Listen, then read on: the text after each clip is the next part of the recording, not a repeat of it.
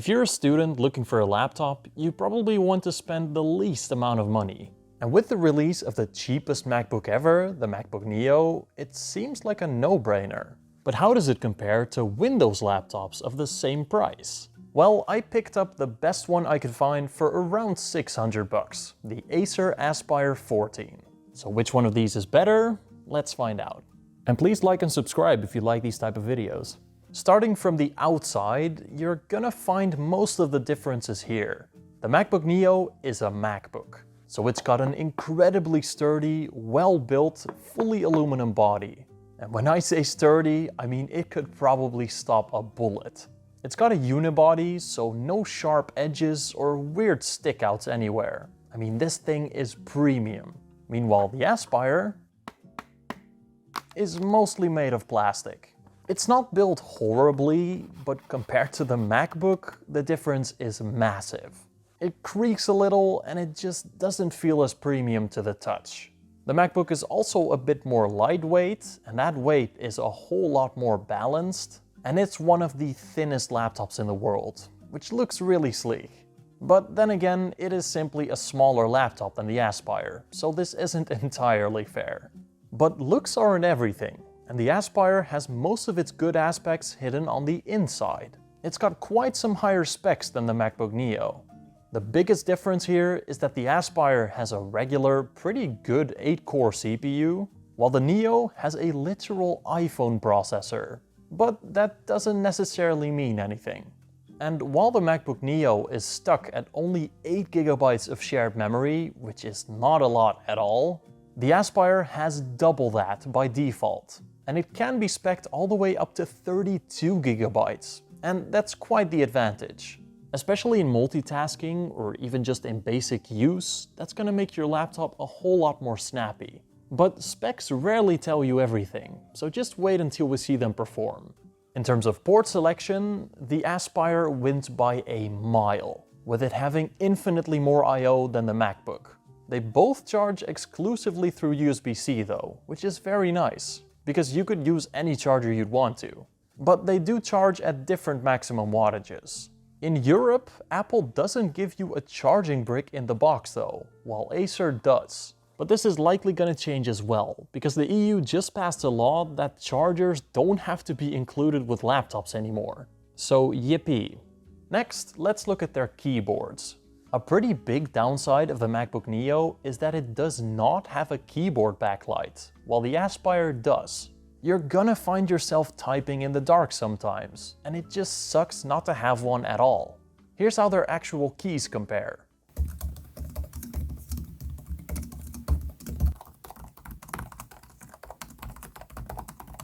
I massively prefer the Aspire's keys over the MacBook. Its keys are a lot less shallow, and it just makes for a way more comfortable typing experience than the short key travel on MacBooks. Of course, you can get used to the MacBook keyboard pretty quickly, and some people actually prefer this type, but keyboards are always a bit subjective. Moving down, we have their trackpads. And just by looking at them, obviously the one on the Aspire is a little bigger. But the MacBook has a glass one, while the one on the Aspire is made of plastic.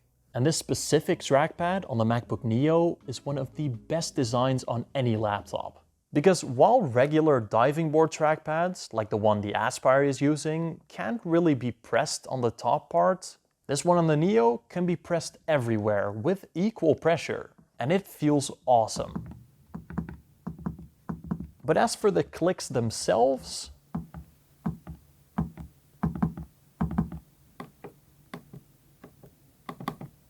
I actually slightly prefer the feeling and noise of the Aspire. Moving up, we have their displays. And here's where it gets very interesting, because we've got an IPS versus an OLED. And even on a cheap laptop like the Aspire, OLED just looks so much better in terms of colors and contrast. And when you compare their blacks, especially in the dark, it's pretty easy to see why everyone loves them so much. The MacBook Neo's display is definitely not bad, and actually very impressive looking for an IPS panel. And in basic use, either one of them is gonna be fine, but the difference is there. They've both got a refresh rate of 60 Hz, which is enough for their meant use cases, but it could be higher. And they both go up to 500 nits of brightness, but the Aspire does look a little brighter. But while they're both pretty glossy, the MacBook Neo does have slightly less reflections. Neither one of these is gonna be very fun to use outside, but I think the Neo is a bit better. Now, the Aspire's hinge can go back a lot further than the MacBook, which is nice, but the one on the MacBook feels infinitely better. You can easily open it up with one hand, while that's not really a thing on the Aspire, and it just feels and sounds a lot more premium and better built overall.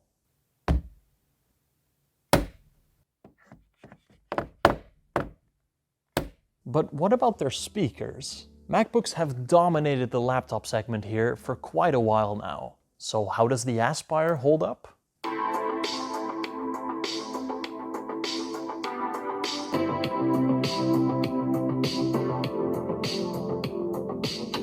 Well, it doesn't really hold up at all. The MacBook Neo has pretty impressive audio for its price, getting quite some bass and a lot of volume. Meanwhile, the Aspire lacks any kind of bass and just sounds very tinny in comparison. So for music, movies, or anything else, go with the MacBook.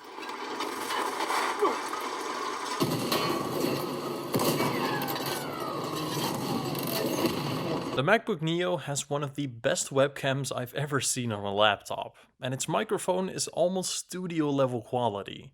Meanwhile, the Aspire, well, I guess it's good enough for basic web conferences. Now, the biggest difference by far between these two is the software they're running.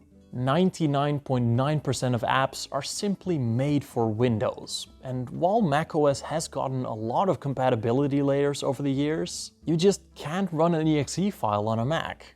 And that means that while almost all software will always work on Windows, on macOS you're gonna have to specifically look for apps designed for it. And yes, recently it has become a lot easier to run apps and games through emulation layers like Crossover, and it does work quite well. But if you use a lot of random applications, chances are they won't run on a Mac.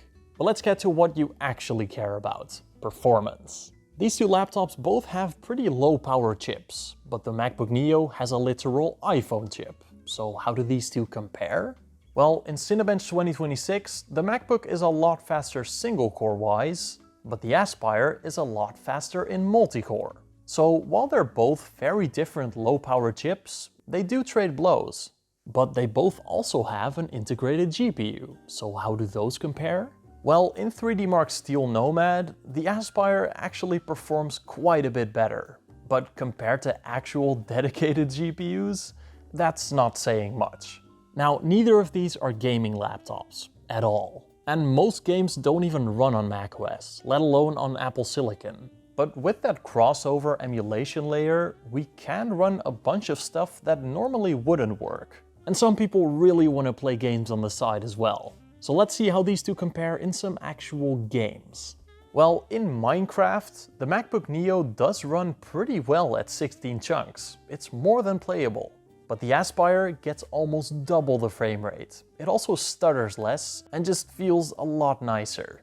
On top of that, when we increase the rendering distance to 32 chunks, the Neo really starts struggling at around 30 FPS. But the Aspire stays cruising along very comfortably at well over 100 FPS. So even in a light game like Minecraft, the Aspire is gonna be a lot faster.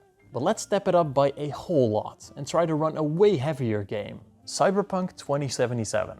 MacBooks actually have a native version that runs on Metal, so it is optimized for macOS as well. And while these are the lowest settings, so the game doesn't really look that good, the MacBook Neo actually does run it above 30 FPS, which is damn impressive for an iPhone chip. But the Aspire does just as well, also running at above 30 FPS. But it does stutter less than the MacBook Neo, and it even has frame gen, which can give you way higher frame rates if you're okay with a little more latency.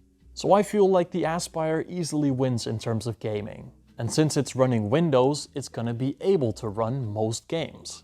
Even though it won't run the heaviest games very well, it does at least have the option to run them. And older or lighter games run pretty damn well on it, considering it only has an iGPU. Sure, the MacBook Neo has crossover and can run some Windows games through that, but crossover comes with its own issues and doesn't always work. So if you want to play some games on the side, just get a Windows laptop. Alright, so the Aspire performs quite a bit better in gaming and most intensive tasks. But there is a very good reason for this. While the Aspire has an actual cooling system with fans and copper heat pipes, the MacBook Neo has nothing. It is completely fanless and doesn't even have a copper heat spreader. And that means that the MacBook's chip gets hot instantly once you actually start doing something on it. And during very intensive tasks, like gaming, it's basically always thermal throttling and massively limiting its own performance. I've seen some videos where people just put a tiny piece of copper on its chip and it immediately gets double the frame rate in games. So it definitely can perform well. But the Aspire does have an active cooling system, so it stays a whole lot cooler while playing games. Now, why would Apple intentionally limit this thing's performance? Well, 2 words: fan noise. While the Aspire really does not get very loud for a laptop, the MacBook is literally silent. And believe me, to most people, this is heaven. I mean, how many times have you just been using your laptop normally and suddenly it starts taking off like a jet engine? The chip in the MacBook Neo does not use a lot of power at all, so it can be cooled passively. And sure, that does make it a little slower, but also completely silent, which is what most people would prefer. But despite the Aspire having an active cooling system, it does get a little warm to the touch after a while. While the MacBook Neo basically always stays cool, even though it doesn't have any cooling. But what comes next will blow your mind. MacBooks have been the kings of laptop battery life ever since they started using their own M-series chips. But Intel hasn't been sitting still in the meantime, and the 226V is a very power-efficient chip. So which one of them has the longer battery life? Well, I tested their batteries in 2 different scenarios, under light use and during gaming. In the light use test, I played a YouTube video until both their batteries died, with their displays at 80% brightness, in their low power modes, and with the keyboard backlight turned off. And the MacBook Neo got a very respectable 9 hours of battery life, which is pretty good. Yes, that's a real number. The Aspire 14 has the longest battery life out of any laptop I have ever tested by a long shot. This thing uses less than 5% per hour while watching YouTube videos. And that's just ridiculous. I knew the Intel V chips were efficient, but this is something completely different. It doesn't help that the MacBook Neo's battery is tiny in comparison, so it just has a lot less juice to work with. Other MacBooks do have bigger batteries, so those have way longer battery life than the MacBook Neo, but the Aspire beats most of those as well. Now, in the gaming test, I played Minecraft until their batteries died with the same settings as before. And here, the MacBook lasted almost double as long as the Aspire. Apple Silicon is incredibly efficient in more demanding workloads. And even though the Aspire has a bigger battery, the difference in efficiency is humongous when it comes to actual workloads. Now, when it comes to upgradeability, MacBooks are notoriously bad at it. But these are both pretty small and thin. So how do they compare? Well, long story short, everything is soldered on the MacBook. You can't replace or upgrade a single thing. But the Aspire actually has an M.2 slot.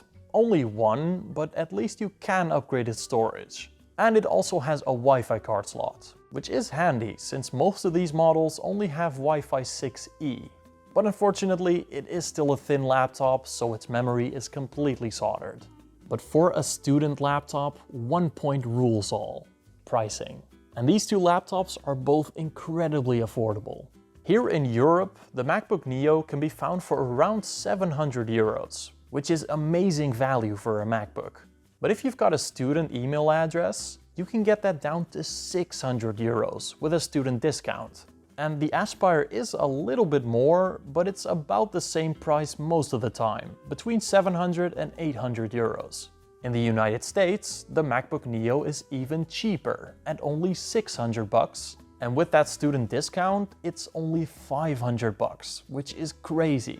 But I actually couldn't find the Aspire 14 with an OLED display in the United States. Only the IPS models, which do have a slightly worse display, but are also cheaper. I'll post links for all of these laptops in the description down below if you want to buy them. Alright, time for a conclusion. Which one of these should you get? The MacBook Neo or the Acer Aspire 14? Well, these are both great laptops, and they've got amazing value for their price. But which one is better kind of depends on what you are looking for. The MacBook Neo is easily the most well-built premium device we have ever seen in this price range. It is every bit as luxurious as MacBooks triple its price, and for the first time ever, it's actually affordable. But the Aspire 14 has double the RAM, a better looking OLED, in my opinion, a better feeling keyboard, more than double the battery life, and since it runs Windows, you can run every application on it with no fuss. And to top it off, it can actually play some games pretty damn well. If you're gunning for longevity and want your laptop to survive a nuclear blast, you're gonna have to go with the MacBook Neo. MacBooks retain their value a lot better than Windows laptops over the years, and you're not gonna find a better built machine for this price. But that build quality is pretty much the only thing it has over the Aspire 14, as well as a better touchpad, a better hinge, and better speakers. But if you're okay with a slightly plasticky body, the Aspire 14 wins at everything else here, and in my opinion is a better deal. At the end of the day, both of these are great options, and it is an awesome time to be a student with not a lot of money. Now let me give a huge shout out to my YouTube members. Soundwife, Thomas, Inky, Mr. Frosty Dude, Dropson1, Martijn Snijkers, Flimsy, Aki, Mr. Nuke, Sebastian, Christian Sands, Real Elf, Eric the Red, Wesley Rhodes, Ghost Data, Walter, Anugadar, Abdullah, Lewis, and Ethan. If you become a YouTube member, you get early access to content of mine, a shout out at the end of every video, and you'll also be supporting me as a creator to make these videos. And of course, you'll also be part of the Cool Guys Club, so you can use cool emojis like these in the comment section. So join the club if you're interested. And I will see you all in the next video. Bye bye.